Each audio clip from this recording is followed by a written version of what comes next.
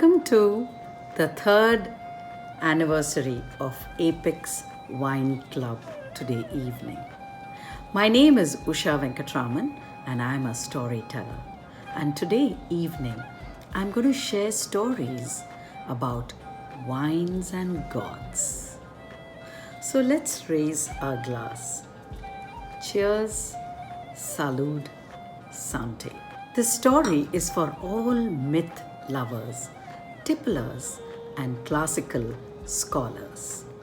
Whether or not you're a history buff, you must admit that there's something special knowing about the story behind what you eat, what you drink, wear, and use. And today, in this instance, it's all about wine and the drink that you hold in your hands. Thinking about how it all began can spur your imagination and help put things in perspective. In fact, researchers discovered the world's oldest winery and the world's oldest shoe in Armenia. Isn't that amazing? Clearly, there is much more to wine than you may have thought, my friends. With that in mind, join me today as we take a walk through the history of wine and gods in Hindu mythology, Greek, and Roman mythology. Wine can certainly do wonderful things, such as liberate the spirit and ease the communion between man and the gods. Such was the belief among many ancient cults in India and Europe. Puritans may push their noses up at such pagan thoughts, but the belief that in some exalted state of being, with or without the help from spirits, man does get in touch with his maker lives on even today. Think of the dervishes, the Sufi practitioners, and the bowls. Wine is certainly a heavenly drink. Soma was Hinduism's Bacchus. They tried to make him go to rehab, and he said, no, certainly not, and eventually was shunted out of his duties as the god of all intoxicants to becoming the god of the moon instead, a gig no one else wanted. Soma the drink is equivalent of ambrosia. Soma is made out of a plant, some say unidentified. It's a creeping plant, a creeper, almost without leaves and with a small white flower. From the Encyclopedia Britannica, we know that the stalks of this plant were crushed between stones, the juice filtered through sheep's wool and mixed with water and milk. It was used in a lot of Vedic sacrifices, and after it was offered to the gods, the cup got passed around and everyone got very high in an LSD kind of way because it was a hallucinogen. In mythology, the gods gained their immortality by drinking Soma. And do you know, it was the favorite tipple of the great god Indra. It was also credited with uplifting qualities, giving the drinker a boost in energy and alertness. These effects meant that the drink has been considered divine since ancient times, a beverage which brought humans closer to the divine. It was also commonly offered in libations to the gods by worshippers. How important the high was? Let's see. I would say almost spiritual. Just ask anyone who has tried a modern day ayahuasca trip. Soma the god was certainly a big deal. Apparently, before he came to live with the gods, he had several Gandharvas, companions, forest sprites. Again, you could draw comparison with Bacchus's fauns and nymphs. They were Soma's roommates. A Snow White and 7 dwarfs situation. In the Puranas, Soma is described as riding a chariot with only 3 wheels and drawn by a team of 10 purebred white horses. Eventually, Soma switched from being the lord of the highs to becoming the god of the moon, Chandra. Well, Soma is quite a Casanova, my friends, has interesting stories. So I'm going to share 2 very such interesting stories today. Soma did not completely reform. In another famous episode from Hindu mythology, the amorous Soma once abducted Tara, the wife of Brahaspati, the god priest who acted as messenger between, or a link between humanity and the gods. In taking Tara, in abducting Tara, he invited the wrath of the gods. And a war ensued. A war, something akin to Kurukshetra, even bigger than Kurukshetra war. But the timely intervention of Brahma, the creator, solved the problem, brought this war to an end. Tara was then returned to her family, but not before she had fallen pregnant with Soma's son, Buddha. Not to be confused with the great Gautama Buddha, my friends. Buddha is the personification of the planet Mercury and the father of the lunar race. Tara, by the way, is cited in all Hindu mythology blogs as the unchaste, unsatisfied wife. But let me share with you, my friends, I'm happy that she managed to escape, even for a little bit. Living with a god must have been fun, especially if that god had some of his contraband drugs still about him. Don't you agree with me? Let's raise our glasses to Soma.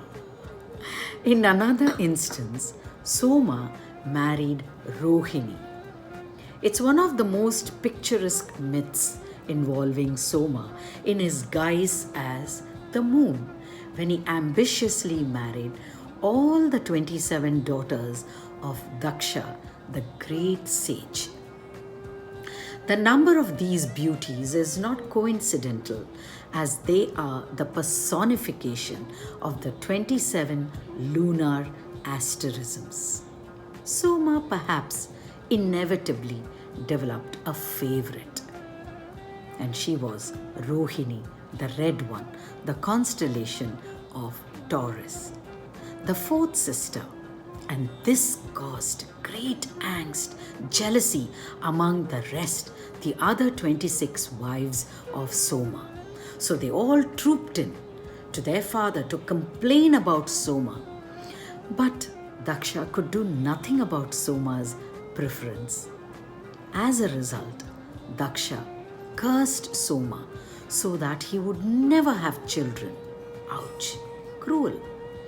And even worse, ensured that he would die a slow death, slowly die of consumption. Hearing about this, Daksha's daughters thought their father had gone too far and pleaded with him not to be so harsh and reduce the sentence. Daksha relented. He loved his daughters. So he modified the curse. Instead of expiring completely, Soma would die temporarily, a temporary death, and then rejuvenate, in a continuous cycle. And this was the explanation for the periodical waning and waxing of the moon. What an interesting story. I could use this in a STEM story. What do you think about the moon's cycles? Well, friends, that was Soma's story. Maybe you will raise your glass to him and the full moon the next time you're drinking. Cheers. Now let's move on to the Greek and Roman mythology. They both are cut from the same cloth, so it's no surprise many of their gods overlap in form and function. Two such examples would be Bacchus and Dionysus, the Roman and Greek gods of wine, respectively. As wine lovers, these mythological figures are something we should all have at least a bit of interest in. Let's take a dive into Bacchus versus Dionysus to compare and contrast the two gods of wine. Let me share a quick tip with you. Bacchus is a fat, drunken man, a drunk, while Dionysus is slightly more sophisticated. Son of Zeus and Semele, this Greek dude is the god of fertility and wine. And by extension, he stands for freedom, untamed energy, and a link to primal forces.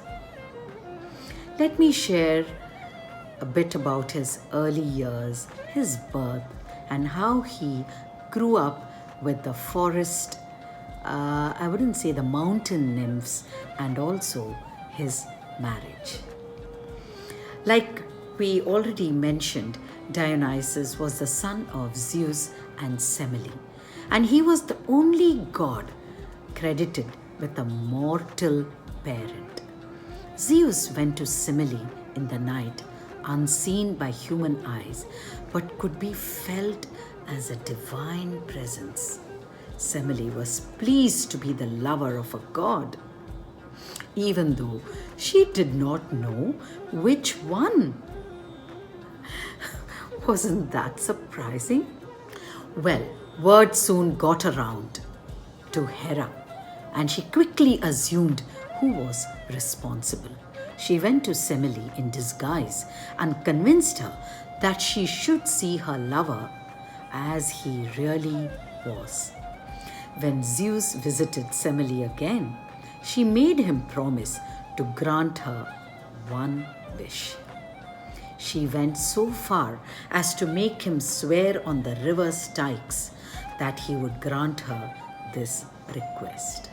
Zeus, my friends, was madly in love with Semele, and he readily agreed. She then asked him to show her his true form. Zeus was unhappy, knowing about the consequences, knowing about what was to happen, but bound by his oath, he had no choice. He appeared in his true form, and Semele was instantly burned to a crisp by the sight of Zeus's glory. Zeus managed to rescue the fetus, the fetal Dionysus, and stitched him into his thigh until he would be ready to be born. His birth from Zeus conferred immortality upon him. What an extraordinary birth and what an extraordinary story. Don't you agree with me? Now Hera was still jealous of Zeus's infidelity and the fact that Dionysus was still alive. She arranged for the Titans to kill him. Now the Titans ripped Dionysus to pieces. However, Rhea, another god, brought him back to life. After this, Zeus arranged for his son's protection and gave him to the mountain nymphs to be raised. Dionysus grew up to be a young man, and one day, while wandering on the coast of the island of Naxos, he saw Ariadne, where Theseus had abandoned her after killing the Minotaur. Dionysus fell immediately in love with Ariadne and married her. They had a happy marriage, my friends, and Ariadne bore Dionysus many famous children. Now let's move on to Bacchus. Now here I would like to invite you to think of frat nights, stag, or even off-site parties. Occasions when slobbering drunk men have crashed out with stupid grins pasted on their faces. Does it ring a bell? It does for me quite a few times. That, in short, is Bacchanalia, the festival of Bacchus. He is the Roman god of wine and merriment. He is born to Semele and Jupiter, the Roman version of the Greek numero uno. Similarities between the two are many, as they both share a common mythology. But to say Bacchus is the Roman version of Dionysus would be too simple, my friends. Over the years, the meaning of Bacchus and what he stands for has changed. Many classical scholars actually think of Bacchus and his band of drunken men as the epitome of bad taste and vulgarity. Ouch. While the two gods are functionally the same, certain specifics about each one differs. This is most broadly seen in how they are interpreted today. Dionysus is seen as a jovial, respectful figure in mythology and classical literature. He is even included among the 12 Olympian gods in certain readings. His cult being instrumental, his followers being instrumental in the development of theatre in Greece.